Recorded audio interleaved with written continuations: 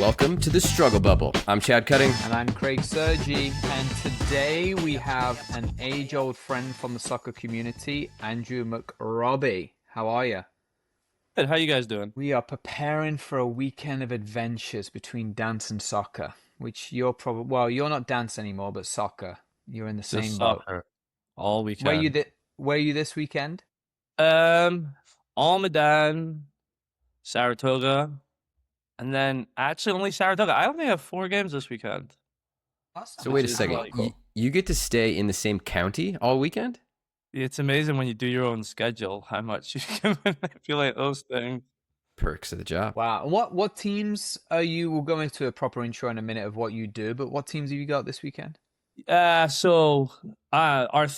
not with them, but I have our 13s. They're up at State Cup. So Chad, I know that you're going up to you're in Davis. The 13s are in Turlock. And Nathan will go there. I'm going to stay with the 18s, 16s, 15s, and 17s. So they're my games this weekend. Oh So wow, they're all 8 pretty. teams. They brand Yeah. new. That's brand new this year, right? Yeah, they're pretty. Well, they're in their Wow. second year. We start them like a year early Yeah, and yeah, then 6 have that months out. first year of carnage. And Jesus, then so we're going to be down to the 19s, the fall? we have a 19s team this season with 120-20 on it. She's These COVID adorable. babies are going to be playing soccer. This is crazy. This is frightening, huh? Yeah, it's terrible. All right, let's do a quick intro to you. Or I'll let you do it. But we'll obviously, everyone that's listening, he's in Saratoga, so we'll kick it off from there. Yeah, I'm the All-Stars SC Director of Coaching. We dropped the United this year. So I have been in Saratoga for 13 years. 11 years full-time. I've known you, Craig, for probably 11, 12 years now. Probably, yeah. Like when your girls were babies. So like and then yeah, it's pretty cool. Like I've been director of coaching since I started as director of coaching in February 2020. So fortunately in that year it was really boring and I had nothing weird to work through, like a global pandemic or anything. And then yeah, so we've got 500 plus kids, about 20 coaches, based out of Saratoga. It's nonstop. Beautiful Congress Springs, if anyone's ever been there and played on that cricket Best pitch. grass field in the bay. It's pretty nice. I mean, it literally is a putting green.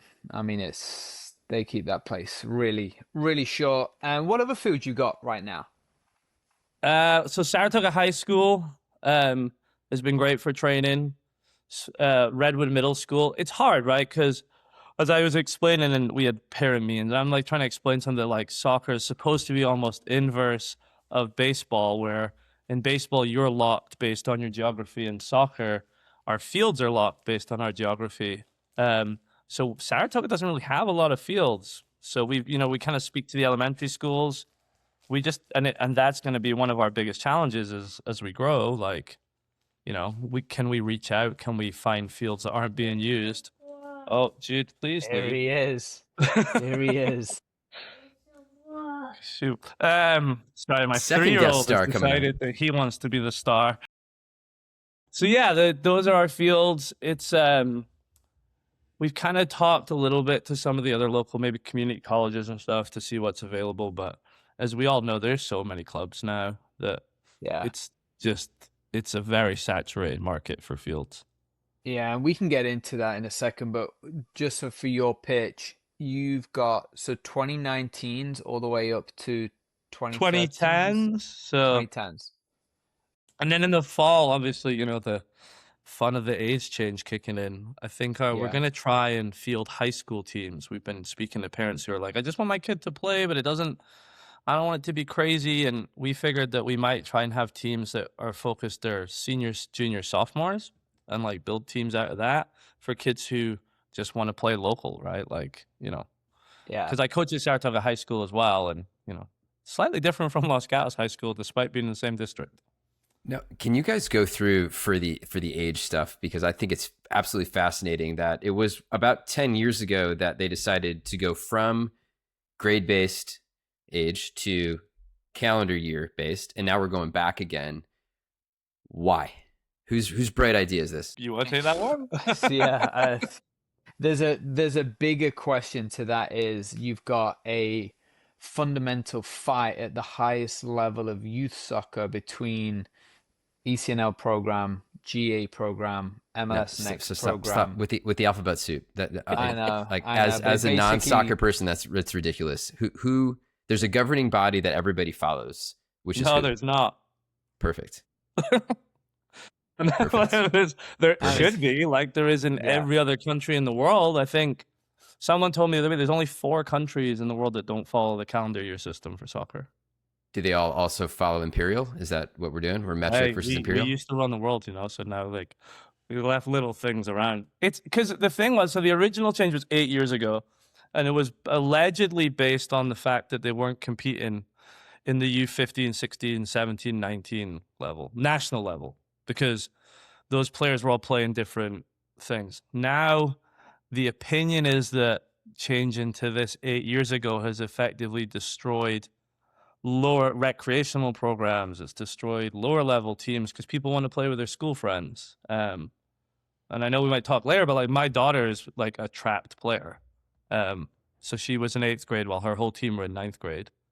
And I saw the downsides to that, but I also see the benefits to it. Like, who wants to just hang out with their school friends all the time? Go make new friends. yeah, yeah. Well, so that's where it goes up all the way up to the US Federation side, right? If you're playing ECNL, you can was it GA or ECNL? I don't remember which one, but basically you can play January 1st to December 31st because it was the elite level, which aligns to the national team. Because to play for a national team, you have to be born between the year January 1st and then all the way to December 31st. So that's where the origin came from. But then per state, per league, right? Because again, it's different to other sports. We have NorCal in Northern California, Natural Ed. That's the league that we'll play with. But prior to that, 15 years ago, maybe less now, you had CYSA, which aligned to, and I'm going to go alphabet soup here, ODP, Olympic Development Program, led into the national team. That all crumbled. NorCal comes in, so that's our primary league. They get to make their own decisions to a certain degree, and we have to follow that. But then, like, if you go to Southern California, they have their own leagues and they get to make their decisions. So, like Andrew said, the governing body really doesn't oversee everything of what happens per league, per region, not even per state, because it cuts down to the regions. Even MLS Next as a program has 2 different calendars within it now from the fall. So their top bracket will be the only competition that remains birth year, but their second and third divisions are now academic year-ish, but not academic year in California because we're a different month. So, and I still don't understand what you guys are just explaining to me, because on one end you said the whatever governing body it is in the alphabet soup journey of soccer, they're optimizing to be competitive at the national level, which is what percentage of soccer players make it to the national level in the United States? 0.001. Yeah. Okay.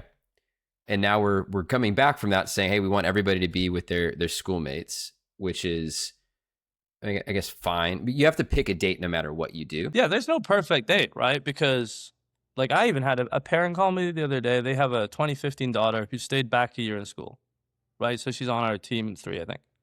And she's like, well, she's not going to be with her school friends because she would be in the 14-15 group, but her school friends are 15-16s. So she's like, what do I do? And I said, well, I can't. It's like the only play down thing is like a special medical dispensation. It's a lot of paperwork, and you got to get all this clearance. Be legit. Yeah. Yeah, it's not like, oh well, I think she could score 2 extra goals in this division. Let's play her down. It's well, like, and that's the bullshit, right? It's like, as we know, people are still going to play already with the cursing, man. I told you you'd be first. That's not cursing.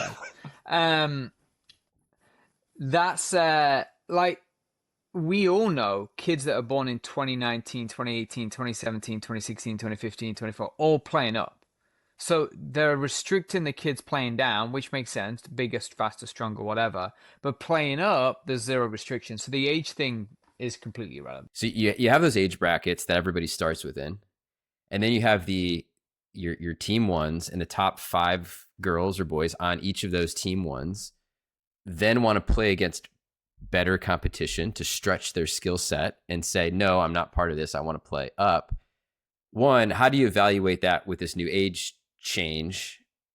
How do you approach it from running the league? And then the other is, how do you just approach that in general of the kids want to get better, but by taking them up, it takes away the competition within their age group, and then makes everybody not worse, but it's tough. It's a domino effect that can get out of control.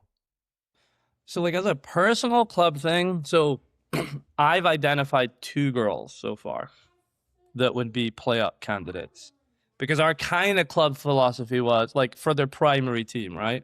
So our kind of thing was like, could they start on the team, the age group above, right? Like, because other than that, you can always play up. Playing up, like they said it, we were at the NorCal AGM. It's like, we've invented playing up. There is no play up. The age group is U19. So Jude could play U19 boys. Like, he's 3, he's under 19. So we've kind of invented this thing. There's a whole range of issues with it. Even me and Craig used to talk about it on a team-based level, right? We used to coach in the same age group, and we tried to stay within the age group, but a bunch of the other teams wanted to move up to play higher level of competition. And we always said, if everyone just stays in the same age group, the competition is good. But because they've moved, we're like, okay, we get 2 really competitive games a season because it's me and him. That's it. And like, so what we do as a club, though, our top teams carry a starting number of players, and that's it. So like, well, our top teams are known as pre-academy. It's just a designation. I got vetoed on like the pre-SU men's national team name I wanted to go with, but like we've gone with pre-academy. So like our 77 teams carry 7 players, and then those players are not allowed to guest down in their own age group. So we don't guest down to win. We guest up to develop. So then our 99 teams carry. The only exception to that rule is our goalkeepers must play in the field on another team. So like, I think we talked about the meeting, it's like, all it takes for an 8-year-old in goal is to get the ball off their nose once, and they don't want to do it no more. And if they've never played in the field, they're then behind their peers. So it's just, you can always play people up. What we found that has happened a few times is opportunity becomes expectation. So you play up, and then you suddenly don't treat your own team with respect because, right, like, or you don't give and again, they're kids, and I rarely think it comes from the kid. So like you deal with that of like, I remember having a conversation with someone years ago where this girl, she was going, I think she was U12, she wanted to play on the U13 team. She was guesting every week. She was captain of the U12 team. Lovely girl, wrote me this letter about why she should be allowed to play up, and I just said no. I'm like, I'm sorry, no, like play your own age, and then you can guest up and you get the best of both worlds, because if I say yes to you, I have to say yes to everyone. So like with this age change thing, it's the same thing. Oh, Chad wants to play on Craig's team because they're friends. That's not a developmental reason to allow someone to do that. So those are the every club's got to be able to have these conversations with their parents, right? And it's hard. Craig's in the dark again. Perfect. So every week. You've done, full disclosure, my daughter's part of Andrew's organization. The communication level that you've been able to put out there has been so helpful, because then we know where the league stands. It doesn't seem like there's a back office deal happening of, we're not going to publish anything. That way we can just pick and choose, right? You've been very clear in stating what the objectives are for the program and how you're going to handle it, to very limited, if any, exceptions to those rules. How do you approach operating in, you're one of many amongst a board, you report to people. I know that the responsibilities probably feel like it's all on you, but there are people that need to weigh in. How do you get the coalition to understand what is best to do for the organization? I think so that a lot of people think their club top down. So board member is most important, but they're kind of the least important when you have to come to your decision, because surely the most important person is the kid and then the families. So like the board and me, and we can make all the decisions we like, and we could do it in the dark, and you could guess, right? And I could ask you to register, but then you don't know where you're going. Now, like, that's hard. But if you don't buy in, and he is on one. He has not spoke to me all day, and he has decided to join us. Jude, go and watch your songs. What jersey does Jude have on right Jude now? has the Aberdeen because he's made to suffer. Jude has got the Aberdeen last season's home kit. Probably the last time we won a game. You might need to explain to people where Aberdeen is, because I'm pretty where sure Alex Ferguson lived first. you're still not going to get Scotland. anybody in the US understanding that. Where's Sean Connery from? Sean Connery's West Coast. So like, I got nothing then. That's not West Coast America, everyone. No, it's very much not West Coast America. Aberdeen's where rain hits you under the chin. Like it comes back up. So yeah, thank you, Jude. Like if you don't make your decisions player focused, then players leave. And we're in an area where it's so saturated. Like it's crazy, right? Well, like, we talked about it this morning, right? We're now we've already got 3 ECNL clubs in a 15-mile radius, which is the best league in America, right? ECNL. We have 3 in a 15-mile radius. And I was going to make a point. You were just talking about the kids playing up. The bit that I groan about every single week when Chad and I chat with guests is like, yeah, most of it is purely because the parents want to put it on fucking social media. It drives me bonkers. The development level decreases immediately when we're starting to promote 9-year-olds that are playing at a certain level. I just sent Chad, I'm just going to go off on a rant. I just sent Chad a text this morning. It's from, I don't know if you saw it. I'll read it really quick. This is my big rant for the day because it came through straight away at R5 this morning when I got up. It's from Tony Poulis. Did you see this? Yeah, I think I heard about this one, about the number of players that don't make it. Yeah, and this is a long quote on BBC Sport right now. Players who drop out of the academy football that I'm concerned about because I don't think the current system does enough to inform them about their chances or look after them when they are discarded. When I retired as a manager in 2020, I compiled my own report, including proposals of how this could improve. Our research showed that 91% of young players at academies never play a professional game. And in that 100% of players they're talking about, the 9 that move on, you're talking about the elite level. So you're still talking about the 0.1% of kids that even make academy level football, to then say that 91% of them never make a professional appearance in their career. And we're talking about my social media reels for my 9-year-old because they got a chance of making a D1 school. It goes back to exactly what you just said. The club should be concentrating on the development of their kid, the individual player, over any of this other garbage. So yeah, I mean, like, even so within the grouping thing, up in NorCal, they did a roundtable thing about the age change. And there was a club from up near Tahoe, and they said to me, and I told him what we were going to do. And he said, well, I have one team in that age group. And he goes, what should I do? I said, go pull in all the parents and ask them what they want to do. Because you don't have, like, we're a big mid club, right? Like we got 3 or 4 teams in age group. It is easier for me to say, we are doing this. Everyone's going to this because as much as I want every single kid to stay, if I bleed 5%, I can probably, there'll be 5%. People move, especially this summer. This summer is going to be the Wild West. Like, but if you only got one team and they want to stay together, why would you break them up? They're maybe a bronze copper team. They're clearly playing to play with their friends. They're not playing to. If that team is then going to go look to play, MLS, ECNL, whatever, they're going to leave anyway.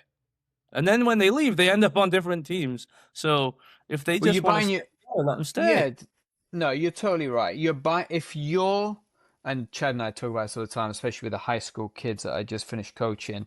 And I'm very, heavy-minded on those kids going D1 that we had at Los Gatos, or still have at Los Gatos High School. They were always going D1. And they will say that back to me now as well. They're now 17, 18 years old and got their own viewpoints on teams and players and colleges, whatever. They're like, dude, it doesn't matter what logo I wore on my shirt. I'm good enough. The talent, the cream will always rise to the top. The talent was good enough that, they maybe had to move to a different club because that's where that talent pool went. But same as me. when they're 10, 12 years old and we're just hitting 11v11, you can tell that talent pool within the first 6 months and that group. And if you're a good club, director, coach, whatever, dude, you need to go play at this ECNL level or DA level or GA level or whatever, because that's your level. But you're 12, you're 11v11, you're committed to the sport at that point. If you're not, dude, stay with your club and stay with your friends and play as long as you can.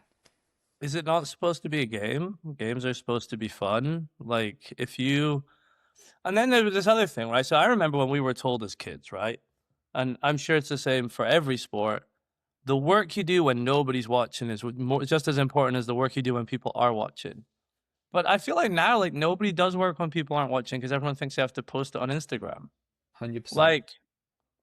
But I can see who like we've got 3 or 4 players. There's one girl on my 16s. Her footwork's gone through the roof. Doesn't have social media. I can tell she's trained, like because she's clearly gone away and worked, and people notice it, right?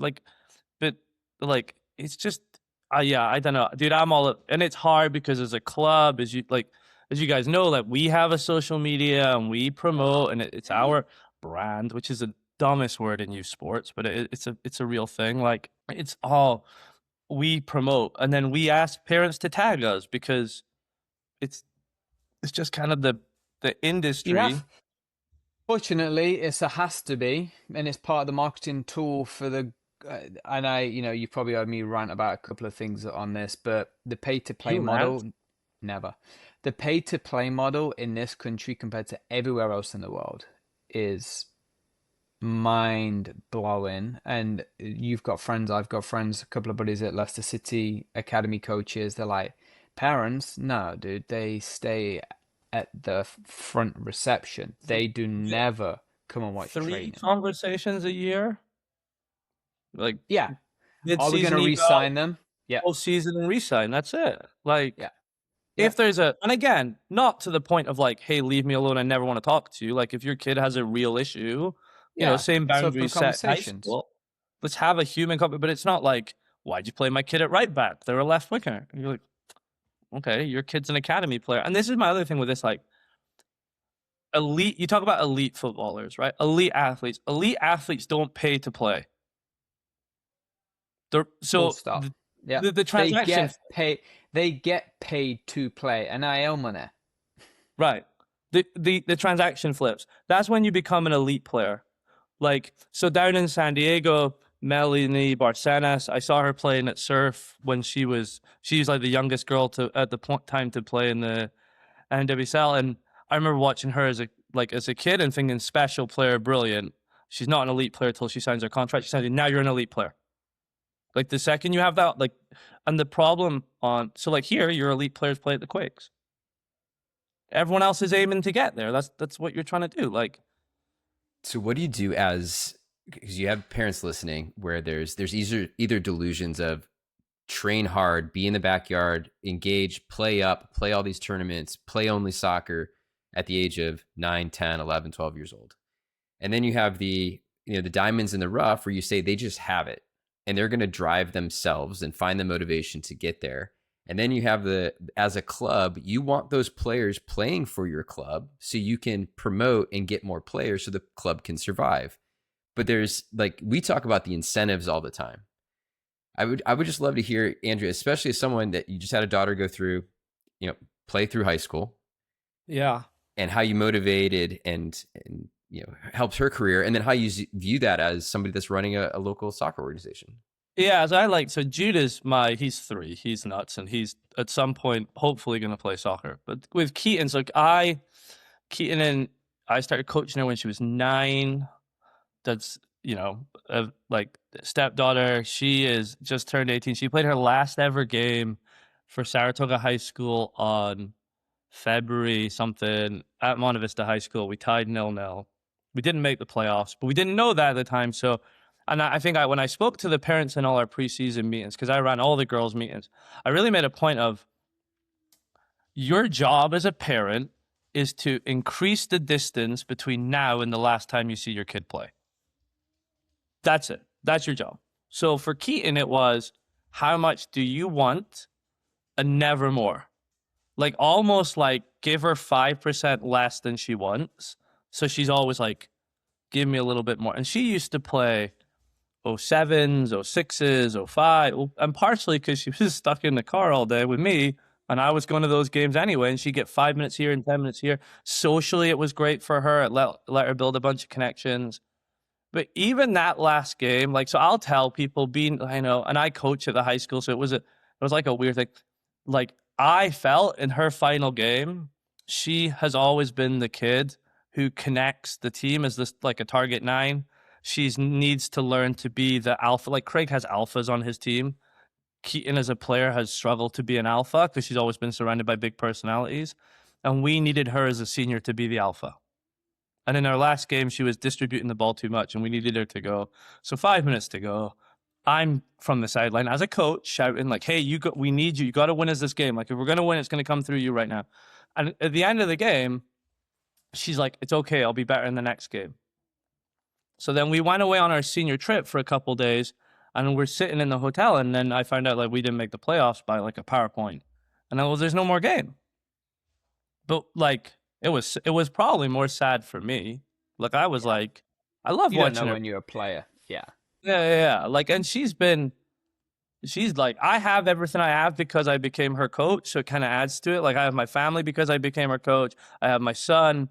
I'm more motivated, like, especially during like COVID and stuff, like that kept me motivated to kind of like keep going and not go and look at a different job or whatever when, the real world kicks in.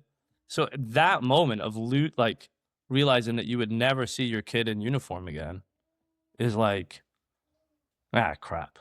Like, it's just, and the last thing I said to her, you should have done this. So, which is bad. Like, and I know it's bad, but it was as a coach over a parent. And then we've had chats. She's now coaching for me. She coaches our 19s. Like, they love her, because she's like, they're big kids, right? They idolize older versions of themselves. Like, but yeah, like I've been really proud of her as her dad and as her coach. But as a parent, you just want to see your kid enjoy it. And she not every day, but like she would always tell you she wanted to play. And then she went to go to an ID camp in the summer. They kind of strung her along. They said, like, we're going to give you an offer. And then they ghosted her. And then I had to go through a buddy who works at a school nearby to find out that actually a girl they'd wanted before who turned them down called them and said, actually, I want to come to you. And instead of calling Keaton and being like, hey, we have this other player, they just ghosted her. And like that just destroyed her confidence. Fall was not good for her because she was on her 3rd team in 3 years, 4th team in 4 years because of the age change thing. And then just before high school, she said, I don't really want to play college anymore. Like, I'm done. I don't want to go back to club in the spring. And I'm not going to force her to go back and do something for 60 hours that she's done with, because I want her to have her last memory was really enjoying her high school season. And then, we had the end of season banquet. She got some team awards, which mean way more to me. Like, as a player, team awards always meant more to me than league awards, because that means my peers have recognized me. And, so she got those and she was so proud of herself. And then, now she's enjoying coaching. So, but it's tough, man. We'll need to stop playing. Well, and it's, talk about like the ruthlessness of being the 1%. Dude, you're a number. You quickly realize, as you're going through that process of ID camps and stuff like that, you're literally the number that's stuck on your jersey. That's it. Right? Yeah, you're shiny and exciting until something better turns up. Yeah. Like college, the ruthlessness. Transfer portals made it harder because now that like roster sizes, it's hard now, and I'm hoping that parents understand how hard it is to get recruited just because you're the best 11-year-old on your team. Like, you're not competing against your team, you're competing against the whole country plus a bunch of foreign kids. Like, the conversations I've had, the same as you. I just had one with a buddy the other day. His kid's looking at a national. He's getting looked at by a national team, not the US national team. And he's trying to write video or trying to do videos and stuff for him. And he's like, "What do you think?" I'm like, "Dude, nobody cares about the team. And if he made the cross and nobody scored, no one cares. They're looking at him. They're looking at him only. That's it. So you got to kind of keep concentrated on where you want to get to and what your desired, end game is, and roll backwards from there. Like yeah, to your point, dude, the conversations about college and D1 and all this other stuff. I'm like, guys, again, we know lots of collegiate coaches. I'm looking for a left back. You could be the best right forward there is in the nation. Yeah, I don't need one. I'm looking for a left back. So I don't sit. I think with and I don't know, Chad, maybe you can speak as an American of the three of us. Like all your other sports, like your stat line defines if you had a good game. Like basketball, baseball, football, like it's all stats. So like for certain players, like you're saying about the guy making the video, well, I don't want to put in a thing where I put in 6 crosses and they don't score. And you're like, yeah, but all 6 of your crosses made their target. Like, so that's what the coach is looking for you to do the right thing. Not the right thing 95% of the time, not the flashy thing that comes off. And that I think is where like the social media thing makes it hard, because how often do parents post? Well, first of all, no one posts losses, so that's a thing. So I don't even need to go look at the scores. I just need to look at people who post on social media to know if they won. The second one, like no one posts just like a 10-yard pass. Show my 6. Gets it, plays it. Gets it, plays it. Gets it, plays it. Look, mate, you should hear you. I wish we'd played you at high school, because this is a moment for me a little bit. There's an honorary thing for the girls, and I walked up and they go, 5 and 10s, 5 and 10s, and all season I drilled it into the kids like, if it's all going to shit, just make your 5 and 10-yard pass. Just make that, rebalance the game, and then we move forwards again. And now it's drilled into these kids exactly what you just said. Find your number 6. Just find them, balance, and move forwards again. Nobody posts that. Nobody posts that I connected 99% out of 100 10-yard passes. There's a bit of that, though, just that means social media culture of everything has to be a highlight. Everything has to be bite size, and it's not the broader game. We see that as kids develop into the high school and at the freshman level. They have not watched a complete end-to-end American football game, or a baseball game, or a soccer match, right? So it's just they're seeing the bite-sized chunks, and then that's what they're trying to replicate. So the fundamentals of the game go out the window because they aren't celebrated. And we as coaches, we should be trying to just show the progression of the game. You are one of many that are going to make this team successful, and highlight those individual pieces. But also for soccer, for most Americans, they don't understand the intricacies. Andrew, if I hear one more parent scream, "Great job," when the girl kicks the ball 60 yards, like they just go up and kick it as hard as they can. It goes to the other team. They score a goal, but they kicked it super hard. That's awesome. Great job. Just understanding the game, letting the coaches coach, and letting the kids have fun. We're losing a lot of the detail.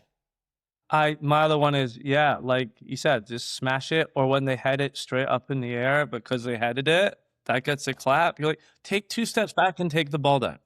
Like, you just headed the ball straight up in the air. Now we've lost the ball. Yeah, but she headed. Yeah, but it's not the right decision. Like, and that's it. Like and I remember I've been reading Belichick's book. No, it was Brady's. Yeah, Belichick's book, and he said, people forget. Everyone looks at running backs running 80 yards. If they average 3.5 a game, they're perfect, because that gets you your first down. And like people are like, well, yeah, but that's not a YouTube video. It is. When you run, you could run in 7 touchdowns running 3.5 yards a turn. Like you're always going to be crossing the plane, and like.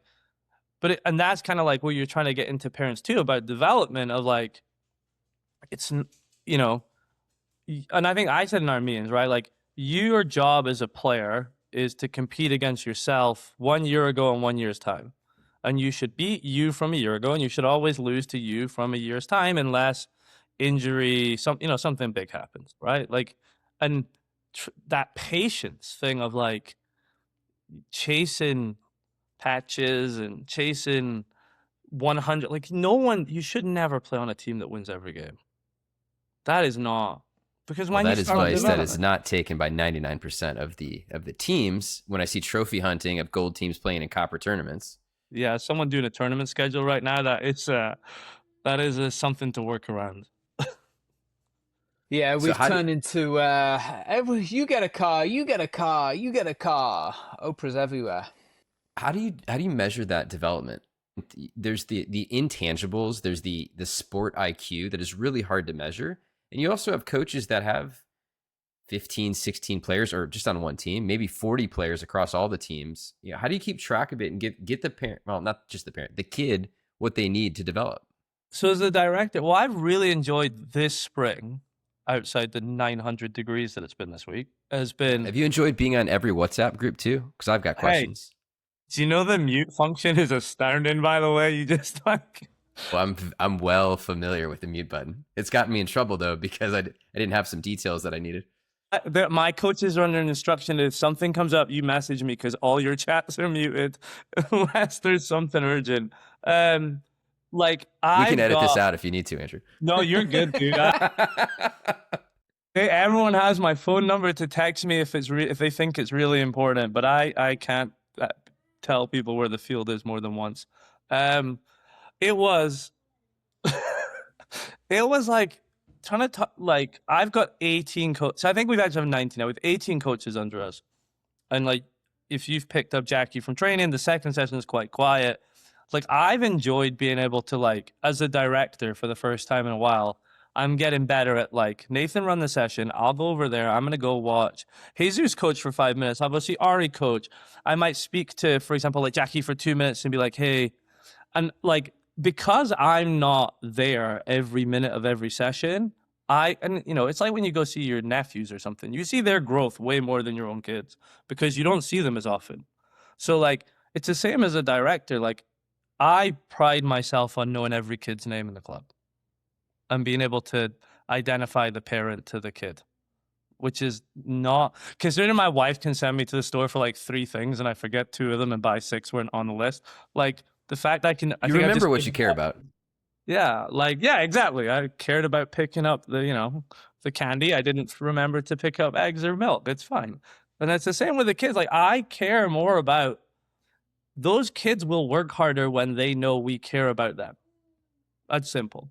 So if I walk up to you and I'm like, hey, you got to take the ball like this. And like, but last night, I think in the second session, I was lucky enough to go to 8 different kids across 6 sessions and be like Caesar was doing this really cool link up thing and his striker just was leaning back. So every touch is popping. So I'm just like, hey, do you mind? And he's like, no, go for it. So I was in, I'm like, hey, if you do this and you can just do this a little bit, you'll be really good. And then she got success. And then I came back 5 minutes later and she's getting success and I praise it. Like that's way better. Like, and I can see the growth. I've never ever, because of the sandbagging thing, like I've never let a coach go because of results, because I think that's messed up. So much of it is outside of their control. Yep. You know, like if Craig sandbags his team every division, then like, how can I blame my coach for not beating him when he's like, his team should be a higher level? So it's, do I see his players getting better? And then also, do I see that they want to resign? So like, again, we sent out our first, like, we're pretty forward. Like I think it was January. I said, hey, we'd love to have you if you want to stay. Like we emailed everyone and said, here, you get like a monthly reminder. Like you're welcome to join at any point. It's refundable. We've got 130 kids already registered for next year. Yeah. You know, parents are like, think- they like it. It's fun. They're getting better.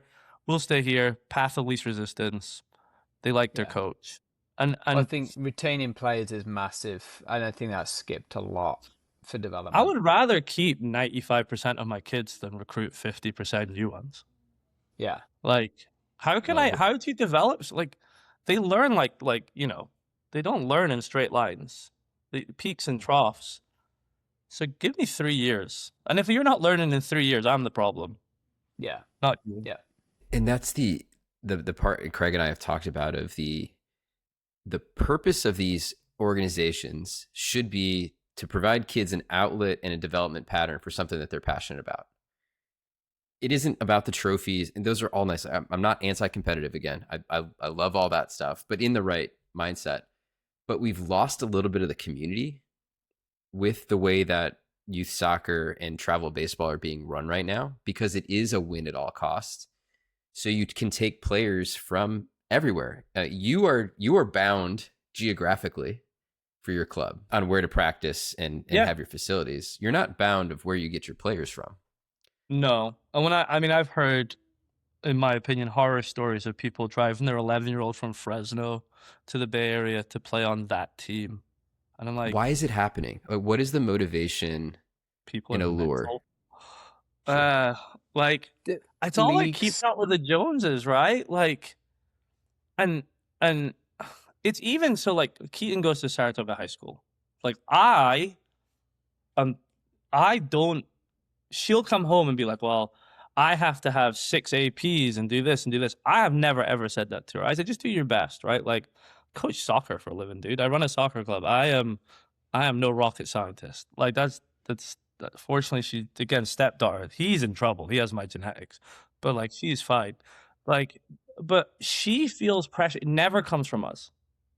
So even if as a club you can preach this and this and this, or even as a family, if you're surrounded in an environment where everyone is like race to the top, you just get swept up in it, right? Like, Well, it's not even race to the top, mate. It's race to the bottom because again, cream rises to the top. The best players will eventually get to those D1 scholarships. You're actually, a lot of the hop, skip, and a jumpers are mediocre players trying to reach that top that they're never going to reach. So it's the race also to the bottom. the other reason that like, so I think as a parent, we could tell each other everything that's wrong with our own kids, 100%. right? Because you see it, right? Yep. So the people that move at times, and there are always people with legitimate reasons for moving. It's total like, but it's hard because like, if I see someone moving every single 6 months, not, for 3 or 4 years, I'm like, there's something bigger there. It can't be that every club is the problem. Like it Yeah. cannot be that. Like there has to be, it's a patience thing. Is it an So understanding? let me question you on this one. I had this conversation yesterday. NIL.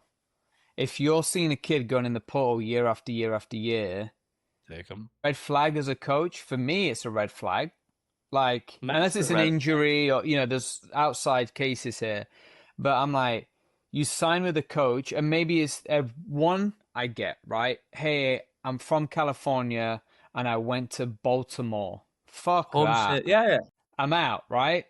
But then when I keep seeing this college coach asked me the other day, is like, this third kid, NIL, wants to come in. I'm like, well, what are you thinking? He's like, dude, I just get this feeling that I'm gonna bring her in and then she's out again. And we've just paid 25 grand in NIL or whatever. And I'm like, yeah, this is a bit of and to your point about, peaks and valleys, at 18, you're going through a whole world of different changes, out of state, in state, people, boyfriends, girlfriends, doesn't matter, right? But you're still developing as a human at 18 and trying to play at a certain level. Dude, we're teeing these kids up for that, in my opinion, for that excuse. We've let them do that their whole youth career in the sport. Now we're giving them that excuse to go into the collegiate side.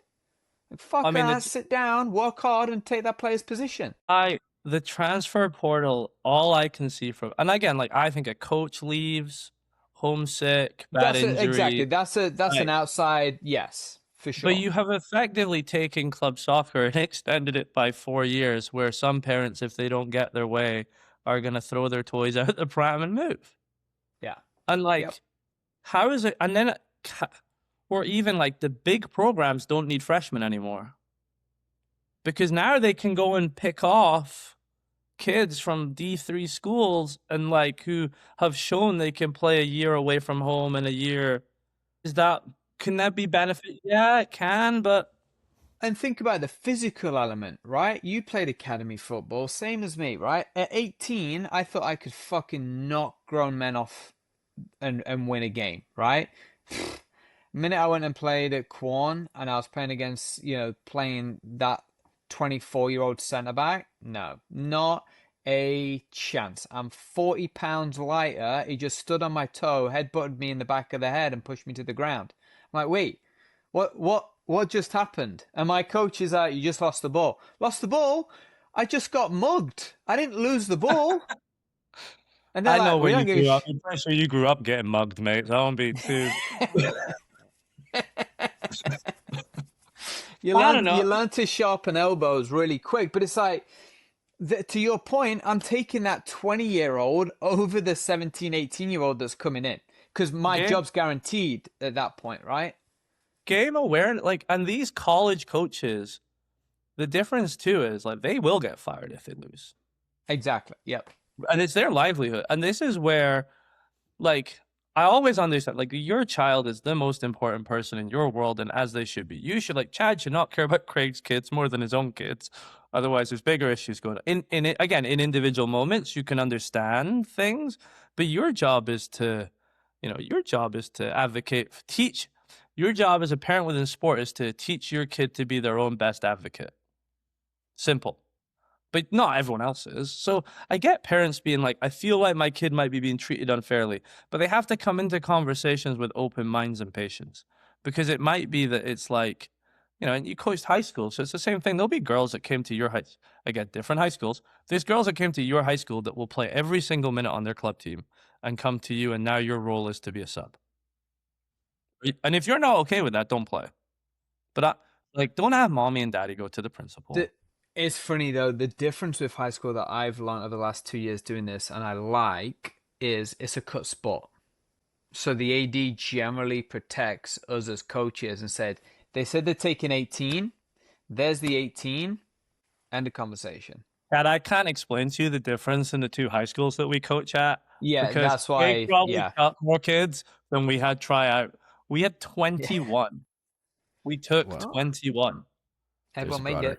I think the baseball program's the same way right now with Saratoga, where it was initially three teams, freshman, JV, varsity, and now not as many. Enrollment's down. We're the same school district. Kids can choose to go to LG over Saratoga, and it's different. And like the one thing that and that's the same as clubs, right? Like if you want to be in a community club, which is what we would have played in the UK before you went to play academy, right? Because it's all tiered and they never play each other, which actually helps a lot. You go to your community club, you're guaranteed to play. Your coach is probably your friend's dad. Yeah, it's a pub club, right? Yeah, social. But when you go to academy or you want to go to these, top platform clubs, your roster spot on the top team should not be guaranteed in the top teams, because you have to compete. And like even the difference you're talking about, Craig, of like when you go to Europe, and this is what I think is the biggest downside to here, they sign pro contracts at 16, but you're training with 30-year-olds every day.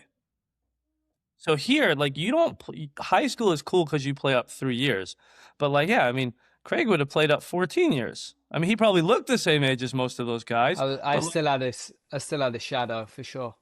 But that's the difference of but people like. Well, Chase, look at this kid. What was the kid at Arsenal this weekend? Max Darman.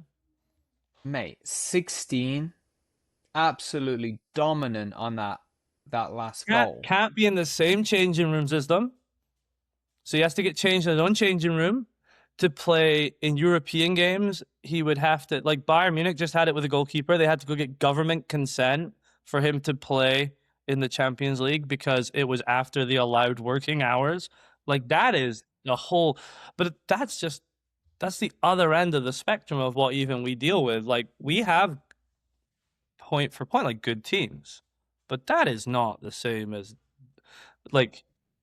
So, I mean, and we've gone from every spectrum. You just talked about 2019s to Premier, right? There's quite a. I love them. They're so much fun. Is there too big of a? Well, I could see it both ways. The delta between recreational programs. You just talked about community clubs where the dad's the coach. We've gone now into a competitive ecosystem where there are 5 comp teams, which doesn't make a lot of sense to me. Where's the bridge between the kid that just picked up a soccer ball for the first time and is kicking it with their elbows versus the rest? And why are we separating so many of them so quickly? Well, pay to play is one, right? But at the same time, to Andrew's point, there's money there for kids that can't afford it, right? We'll always figure that out. Number 2, you're now you got to flip what you just said a little bit. Who coaches baseball in this country? Dads. Right? Because they grew up playing in general, and the system is built that it's parents' help. Europe's the same. Parents help because it's the national sports for most of European countries, right? So you have a flip there. Here, it became money first over everything else, i.e., somebody had money and said, I don't know shit about soccer, and I'm going to pay this guy that I know from Italy that played all his life $20 an hour to coach my boys' team, and they won in the 1988 State Cup, whatever, right? And that's where it all flipped. The money came in so early because there wasn't a skill set of coaches in this country to teach the mum and dads or the pub club philosopher. And so they started to pay people, and then it just exploded. Even the years that I've been here 18 years now, started with AYSO, right? And that's the original pub club, right? It was just a bunch of dads and mums doing the best they can. They know nothing about the sport. It's cheap. We got a field, blah, blah, blah. To they employ me to come and help. Well, there you go again. There's money in the area. They throw money at it. You come in, you start winning stuff. So we keep throwing money at it, and it keeps evaluating and growing to kind of where we are today. And the limit is, as we know, it's a $5 billion industry. But what's the delta between Team 5 for an 8-year-old on a competitive team and the rec team of the same age? You're telling me that that dad on the sideline. I just think it's more organization. Yeah, like consistency is what it should be. Whether it is or not is what it should be. Yeah. Of a lot of parents would rather be in comp and get a consistent value for money, like in their opinion, than going into rec where you might get, like, you could get lucky and get Craig as your coach because he's coaching his girls in their first season. And then the problem is that's your first experience. So now that's what you expect. But then you get me, and I've never coached before and I've never played before. And it's so wildly different, right? Like, so, but you think that when you pay a little more, that you get that consistent product. Like, that's what it should be. And that's it goes back to money, Chad. Honestly, I want to drop off and wave from the sidelines. I don't want to do a. I understand all that, but there's got to be if you're telling me there's a shortage of coaches that need to make us salary, this is their livelihood, then what number of teams is that before it's too many and you get into the dad? I mean, so the thing is, someone told me once, they're like, there's like this triangle as a coach. You can have good teams, you can have good money, or you can have a good schedule. You can't have all three. You can never have all three, right? So if you want to you have to decide. Like, if you want to have, lower teams, you might. And it's always weird to me too, of like, all coaches generally want, or not all, most coaches want to coach the highest level in the oldest age. They want the best teams because they want to coach in the best games against the best opponents. I really enjoy, and like me and Craig have talked about this for years, I love what I would view as like foundation grassroots coaching. I love seeing, like, those 2019s are in their second season. They played fall, they had some fun, and now they're playing spring, and now they're starting to figure stuff out a little bit. There are things in this that I would change if I ran the entire country's, but they don't pay me that much, so I don't do that. I would play 5v5 because I think it's more touches and more 3v3. Like, we've started running 5v5 tournaments because I think they're more fun. Like, more touches, faster pace. Yeah, there's 5v5, and I know we got to bounce in a minute, but coaches in the field, we miss that all the time. Now, that could just lead to chaos because I know some of the coaches and whatever, but having that, you and I have coached against each other so many times, it's like, hey, just pause. The ball's gone out. I'm going to talk to these two players real quick. Like, hey, look at this next time. See what you see, whatever. All right, ref, let's play again. I just wanted to fix this. Or, I can't remember one of the games you and I played. Like, it didn't go over the line, or the goalkeeper touched it out. Like a pass back or something, and we're just like, ref, no, and we're like, just keep playing. Forget it. Don't even. It's not a PK. Just pick the ball up and we go. Like, but we don't. It goes back to, as we said, the social. Oh, Los Gas beat Saratoga. We need to post this. Nobody knows anything about the game. It could have been my team, I had to gap fill because all my team one players, air quotation team one, are away this weekend at their brother's basketball game, blah, blah, blah. And I pulled all the team 2 and 3 players in, and those 2 and 3 did the best they could. Nobody sees that. They just see the social media post and the score and all this crap that goes with it. And it's just destroying the fundamentals of the game. There was a post. This is like there was a post yesterday I saw because I like I said, I'm organizing a tournament. I'm trying to fill teams, right? I've got like a couple of spots. We have a 2019 copper bracket. These are like first time players, and every team that signed up, I say, "Are you?" So I go and look for them. So if they have a social media, that is a red flag because they're 6. But they posted, one team that applied, they posted that they won a game 22-0. Think about that. The game is 50 minutes long.